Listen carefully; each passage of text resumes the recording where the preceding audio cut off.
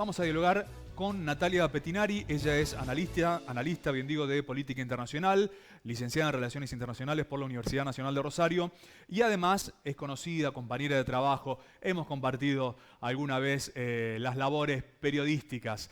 Natalia, buenas noches, ¿cómo estás? Germán Giachero te saluda. Hola, buenas noches, Germán. ¿Cómo estás? ¿Cómo andan todos ahí? Bien, bien, bien. La verdad que bien, cerrando el 2020 y haciendo balances. Y en este caso, lo que nos interesa, desde lo que vos sabés hacer habitualmente, es conocer un poco más de qué pasó en el mundo en este año 2020. Sin duda fueron muchos los hechos, los sucesos, pero fue un año surcado, trazado, definido por la pandemia de COVID-19 en todo el mundo. ¡Qué año! ¡Qué año! ¿Quién se hubiera imaginado que iba a aparecer una pandemia que iba a cambiar las reglas del juego internacionales, ¿no? Porque el mundo cambió y la política internacional se tuvo que atar a eso, ¿no? Ujú.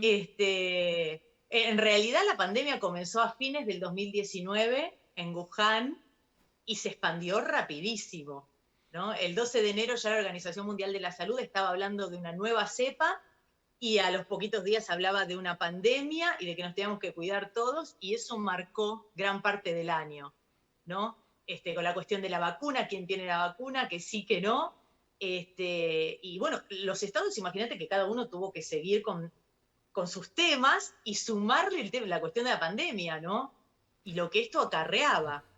No, además, la cuestión de la pandemia desató o acrecentó en todo caso diferencias políticas entre las grandes potencias del mundo, por ejemplo, el enfrentamiento entre China y Estados Unidos, que tomó algunos otros ribetes quizás siempre al borde de lo trágico de la mano de Trump, por ejemplo, en Estados Unidos.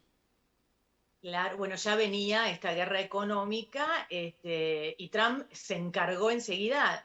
Él no hablaba de COVID, él hablaba del virus chino, Ujú. digamos, ¿no? En su política de antagonismos, ¿no? De tener un enemigo bien definido, China. China se encargó de su poder blando porque comenzó a enviar mascarillas, ¿no? Ante el miedo de esta estigmatización. Empezó a mandar mascarillas y a tratar de mostrar cómo colaboraba en el mundo. Lo pudo controlar relativamente bien dentro de su país. Entonces, bueno, se dedicó a esas cuestiones, que todavía está en esas cuestiones. Fue el primer país que comenzó a desarrollar la vacuna. No sé cuántos laboratorios, pero tratando de tener una vacuna efectiva. Así que bueno, estuvo marcada también por esta pelea, pero ocurrieron muchas cosas más. No sé si te acordás, pero el año empezó con el asesinato de Qasem Soleimani, Ujú. Sí. que casi muchos hablaron de que se podía desatar una tercera guerra mundial porque Trump dio por las bajas el acuerdo de 2015 que Obama había firmado para que Irán deje de producir uranio enriquecido, ¿no? Cuando Trump da de baja este acuerdo de manera unilateral, comienza nuevamente a enriquecer uranio Irán y le mata al principal ideólogo del poder iraní en Medio Oriente. Entonces fue Ujú. una crisis muy grande. Así empezó el año, esto fue el 3 de enero del 2020. Por ahí uno se olvida. Decís, no, esto pasó el año pasado, sí.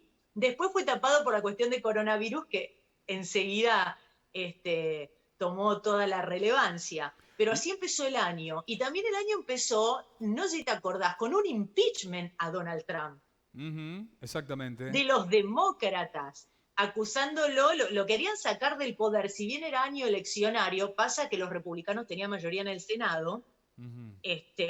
Si bien se aprobó en la Cámara de Representantes, no pudo pasar el Senado por unos negocios turbios y qué sé yo, de Joe Biden, del hijo de Joe Biden y del hijo de Joe Biden en Ucrania. Trump presionó al gobierno de Ucrania para que los investigue y los presionó bien presionados. Bueno, hubo, esto se estuvo debatiendo en el Congreso de Estados Unidos también, y después estuvo marcado por un año eleccionario, donde hubo mítines, donde Donald Trump hizo caso omiso del coronavirus.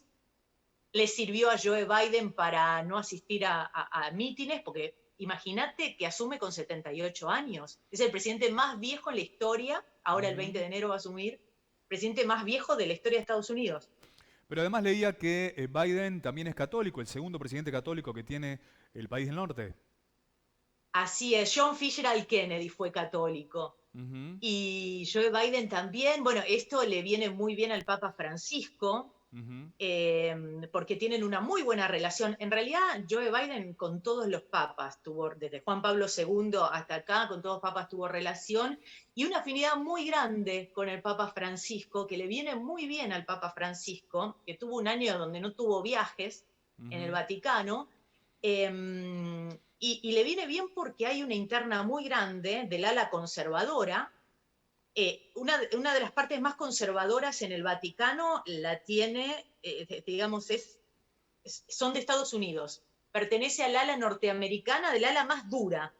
Entonces, bueno, con Donald Trump esto se había intensificado, ¿no? Porque Donald Trump mucho más conservador y Joe Biden no le da cierta flexibilidad a estas cuestiones, le permite, o le va a permitir a Donald Trump ahora, a Donald Trump, sentime, lo pronuncié tantas veces a Donald Trump este año. Durante todo el año, claro. Sí. Quedó fijado ahí, sí. Le va a permitir al Papa Francisco tener mucha más flexibilidad, mucho más apoyo a nivel interno dentro del Vaticano con esta aladura que va a poder tal vez dominar un poco más, pero a nivel internacional también, ¿no? Porque Estados Unidos y tener una buena relación con Estados Unidos es un apoyo muy importante dentro del sistema internacional. Seguro. Natalia, te quiero consultar, dejemos de lado Estados Unidos, China, el Vaticano, el Papa Francisco por un momento, pero ¿qué pasó en este 2020 en América Latina puntualmente? Sabemos que Venezuela no termina de resolver su crisis que se ha agudizado con el paso de los meses, pero a otros países les ha ido bastante mejor. Hablamos de Chile, hablamos de Bolivia, hablamos de Perú. Después te voy a consultar aparte por nuestro país. Pero ¿qué nos podés contar respecto de esto? Bueno, la verdad que la situación pintaba muy mal porque eran crisis arrastradas de 2019. La crisis de Chile, que se inició en octubre del 2019, iba a haber elecciones, Piñera había callado un poco la situación para un plebiscito, para una reforma de la Constitución, porque al día de hoy rige la Constitución de Augusto Pinochet de 1980.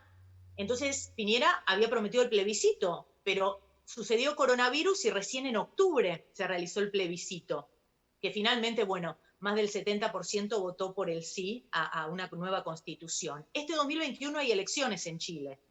Así Ujú. que también eso influye. Pero bueno, este 2021 ya va a comenzar los procesos para la redacción de la nueva constitución. Así que ahora Chile está calmo por ahora. Otra de las grandes crisis que arrastramos del 2019 fue la de Bolivia, donde Evo Morales se tuvo que exiliar a la Argentina, no sé si te acordás, Sí, exacto. asume Yanine Áñez con una política totalmente opuesta a la de Evo Morales porque empieza a confrontar, digamos, se alía con la derecha de una manera descarada en el sentido de que cuando es un gobierno de transición y tenés que asumir porque sos la que sigue la línea sucesoria, no podés comenzar a marcar nuevos pasos de política exterior. Solo es un gobierno de transición. Bueno, no fue así, además se alargó por la pandemia también, pero finalmente hubo elecciones, ganó Lucho Arce. ¿Quién es Lucho Arce? Bueno, se conoce como el creador del milagro boliviano, porque fue el ministro de Economía de Evo Morales, Claro. privatizó el gas y bueno, y tuvo un crecimiento muy importante Bolivia. Y otra de las crisis fue Perú, ¿no? Que también es una crisis arrastrada del 2019, con los Fujimori que pesan por ahí muy fuerte en el Parlamento. Siempre ya en varias oportunidades quisieron destituir a Martín Vizcarra, el que era presidente, que ahora en abril del 2021 terminaba el mandato, que a su vez era el vicepresidente. Una situación bastante complicada, pero logran juntar los votos alegando vacancia por incapacidad moral, cosa que es así como agarrado de los pelos, pero bueno, el Congreso lo logra aprobar y asume el presidente del Congreso, Manuel Merino, y la gente estalló en las calles, a pesar del coronavirus y todo. Y finalmente, bueno, tuvieron que acordar para elegir a un nuevo presidente, Sagasti, que va a gobernar, también es un gobierno de transición, tampoco puede hacer demasiado, ¿no? Ujú. Pero va a Pero gobernar hasta abril, que hay elecciones. ¿Cómo? las aguas están calmas en Perú, digamos, Sí, hoy por hoy.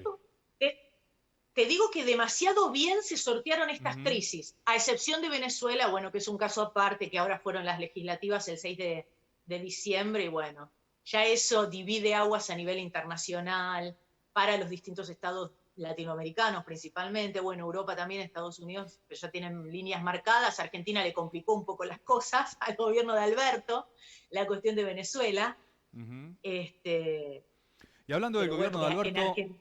¿cómo lo ves de cara al 2021? A Argentina, al Ah, no, gobierno en no lo te voy a particular. hacer predicciones. No te voy a hacer predicciones de 2021. ¿Por qué? Un Porque desde que pálpito, asumió algo. Alberto, ¿eh? Un pálpito, algo, alguna previsión que tengas por ahí, alguna cosa que esté dando vueltas. Mira, se dice, o sea, la política exterior desde que asumió Alberto está marcada por la negociación de la deuda externa. Argentina no Ujú, tiene margen de maniobra si no negocia, renegocia cómo pagar la deuda externa que dejó el gobierno anterior. El ujú, gobierno de Mauricio Macri, una deuda desastrosa, ¿no? Entonces el gobierno argentino estuvo todo el año negociando la deuda con el Fondo Monetario Internacional, con el Club de París. El gobierno, hasta que no acomode esta situación, demasiado no va a poder hacer en política exterior. Dijeron que probablemente en el primer trimestre del 2021 va a haber un acuerdo, ujú, ¿no? Pero es un acuerdo de renegociación, porque Argentina no solo necesita renegociar cómo pagar la deuda externa, sino que necesita atraer inversores para lo que Alberto dice, poner a Argentina de pie, ¿no? Necesita inversión. Entonces es una situación bastante complicada. Se habla de que en Argentina hay más de un canciller. En realidad Alberto nunca se llevó muy bien con Felipe Solá.